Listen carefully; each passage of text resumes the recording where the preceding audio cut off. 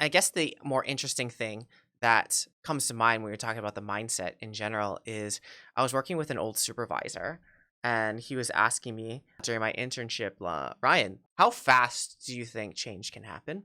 And me, a budding psychologist in my youthful prime, I was like, you know what, supervisor, I think that it takes a little bit to change. I think people need to go through a process. I think they need to go through the correct steps for them to change their behaviors or change what they're doing. And he looked at me, and I remember him like crossing his legs and leaning back like supervisors do when they got you.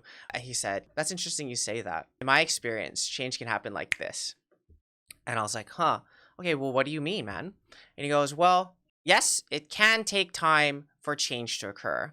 However, once somebody thinks about it differently, they can change like this. And I was like, huh.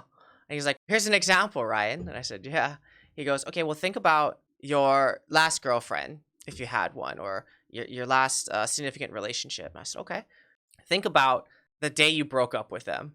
I was like, oof. We're being like awesome, and then boom, down, right? Okay, cool. I remember that. I remember how terrible it was. And he's like, okay, well, do you remember what it was like when you first liked them and you made that decision about how you like them and how everything they touched was amazing and beautiful and wonderful? I was like, yeah, I remember that.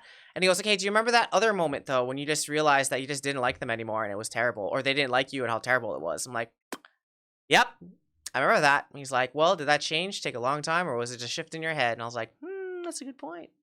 That's a very good point. In that sense, change in your mindset can come instantly, but we need to take some time to think about how it makes sense to us that we can think about it differently and see it differently. Because if you can see it from a different perspective, the behaviors with that different perspective, the thoughts with that different perspective, the actions for that different perspective come so much more easily.